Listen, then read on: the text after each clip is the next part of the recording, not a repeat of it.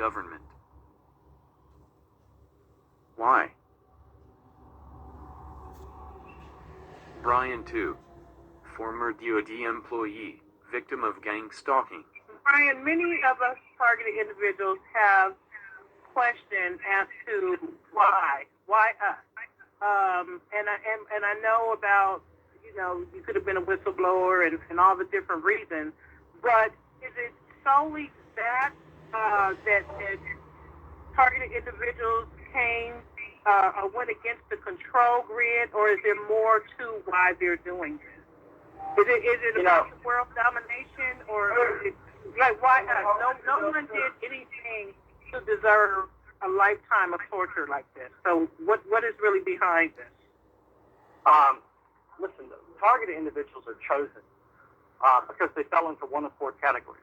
All targeted individuals fall into one of four categories. Okay? And the reason you're chosen or will be chosen for this technology, for the training, research, and development of this technology, is because you fell into one of those four categories. The first category are judicial targets. Those who have committed a crime or those they suspect may have committed a crime. The second category is extrajudicial targets. And that may range from those who they can't prove that they committed a crime, but they suspect them of committing a crime, to all the way to the other end of the spectrum.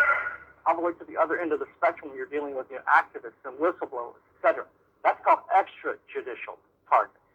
The third category of targeted individuals is targets of opportunity. Targets of opportunity, basically, that's a very vague area. It's a very large area, and just about everybody can fall in there. People, for example, who are randomly targeted for the purpose of science, for the purpose of human experimentation, research, and development, like we talked about. Those are targets of opportunity. And then the fourth category of all targeted individuals is called lucrative targets.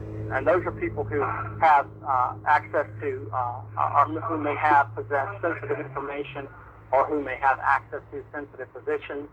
And so those four categories, judicial targets, extrajudicial targets, targets of opportunity, and lucrative targets, are the four categories which all targeted individuals fall into. And the reason that you're targeted, the reason it's happening, okay, is because you fell into one of those categories. Okay. All right. Thank you for that clarity. Targeted by non-government groups. Who can become a targeted individual? How does someone become a TI? The stalkers could select a target for any reason, real or imagined, superficial or substantial. Among other things, a bad breakup, messy divorce, fights between children, disagreements, tense collaborations, or friend-turned-enemy can suddenly turn anyone into a target. Gang stalkers get the inside scoop, but like any other gang, they are subjected to the leader's whims and restricted by the group's activities. So gang stalkers aren't even safe from becoming a TI. If they have a falling out with the group, they too can become a target. Targeted by former federal employees. Dr. John Hall. And in reality, at least from what we found with counter surveillance in San Antonio, it's usually a private investigative group made up of former federal employees. Yeah, that's why you've been on the news. You guys have actually caught people before in the act. Exactly. Wow. Oh, man, I tell you.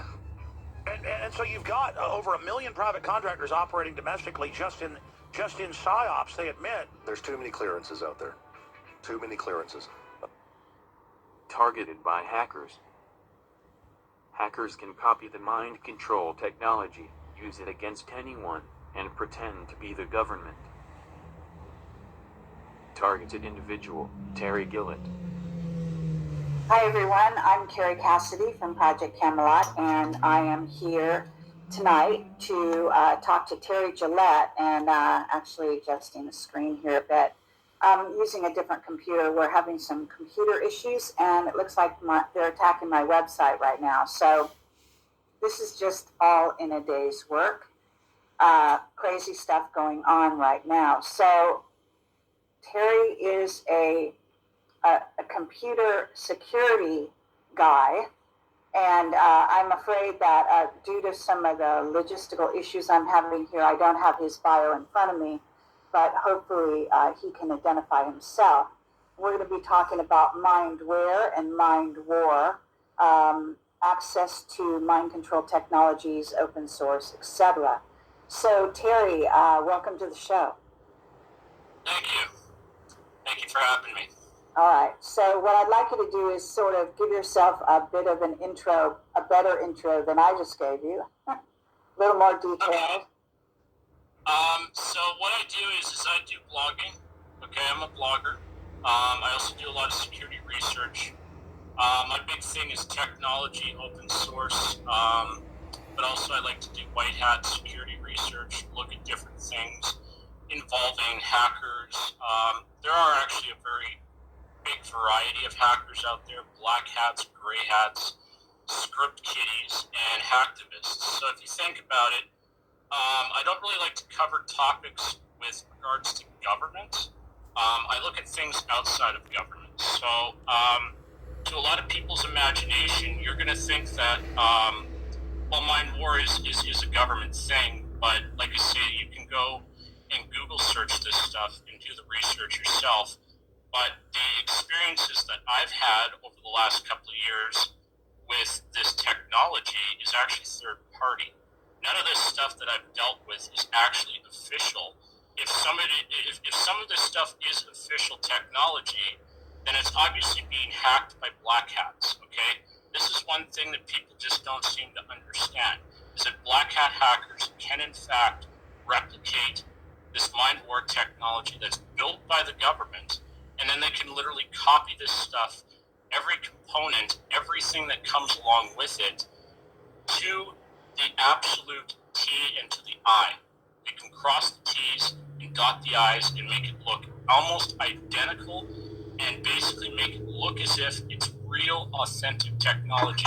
You got to remember, some of the technologies that I've talked about on my blog over the last couple of years is based on the fact that there are, in fact, hacker spaces all over North America, all over the Western world. What are the chances that some of these people have decided to say, okay, you know what, I'm going to build a device that's going to screw with someone's head? You know, that happens. And I've realized that, you know, the simplest thing you need, and I'm going to show you something here. It's called software-defined radio. You can buy these things off at Amazon for $30. Software-defined radio is essentially like a digital ham radio. It's like a digital amateur radio. It can do a lot of things. A lot of these things can be used for these particular mind war applications outside of, you know, a sovereign government. It can be used to screw with somebody. You can even use it for surveillance. Okay, I've read blogs from black hats who have basically made and replicated, you know, IMSI catching technologies used by police, and they built this stuff themselves with software-defined radios that cost, well, about $400 more than what this device costs. And then they use Raspberry Pi devices, which is basically something like this. So if you think about it, this is a Raspberry Pi. Obviously, everybody knows what a Raspberry Pi device is, but that just tells you how scary and how daunting that technology is, especially when it falls into the wrong hands. Most technology is neutral, right? It can be used for good or bad. But the fact of the matter is that people out there are ballsy enough to build technologies that screw with people's heads. It's that simple, right? I mean, obviously, the big thing is a lot of people have this thing against government. I get that exists. That's all over the Western world. You can't help that.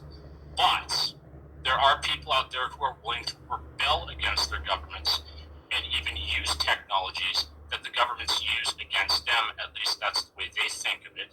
And they can use that technology to mess with the government, but they can also mess with the public too. That's another thing that these guys do, and they do it quite regularly. Okay, I can think of gangs that have replicated this technology and have decided to use it against their rivals, or terror groups for that matter, who use it against their rivals, or who use it against the government, and who use it against the general public. It's not uncommon. It's not some crackpot conspiracy. If you put this stuff together, you'll find that this stuff is actually very real. I mean, I found websites where people are basically openly talking about these things and building this stuff. I don't know if you've ever heard of biohackers. Now, a biohacker is basically somebody who, you know, instrumentally plays with their body, modifies their technologies to basically work with their bodies and it basically means that these guys can just, there are hacker spaces. Okay, literally, there are hacker spaces all over the United States and all over Canada, where I am, and basically, the technology can be easily acquirable. And I mean, think about it. You got all these kids that come out of university with computer sciences degrees and no work. What do you think they're going to do in their spare time? Think about that. So you're interested in the targeting of individuals, it sounds like. Actually, I'm not interested in that because I am a TI myself, ma'am. Let's just put it like this. I've been a targeted individual. I know I have. I've been targeted by some kind of group that doesn't like what I do or what I say, and they know how to use this technology against me. I'm just starting to stumble across this myself and realizing that they have been using my own IoT devices against me and weaponizing them against me.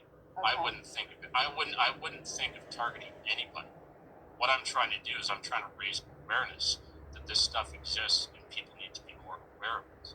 Well, I think that's great. I'm glad you are. And that's why I'm having you on my show. But I am wondering, like, in terms of this situation that we're talking about and the mind control aspects, have you gotten into the mind control aspects? And I noticed that you have like a picture of the I think it's BCI. Is that the BCCI? Yeah. So basically, that's one part of what I'm trying to raise a point about is that somebody can build mind control devices themselves. I mean, Wired put an article out back in 2014 that talked about devices that were being built by people in hackerspace labs or basically in meetups, social meetups, where they basically take devices made with Raspberry Pis or Arduino computing boards. So basically, if I were to basically unscrew this here, I would expose the innards of a Raspberry Pi device that could be used and utilized for mind control technology. Do you know who's targeting you? Can you break free? Video made by Gangstalking Attention Awareness.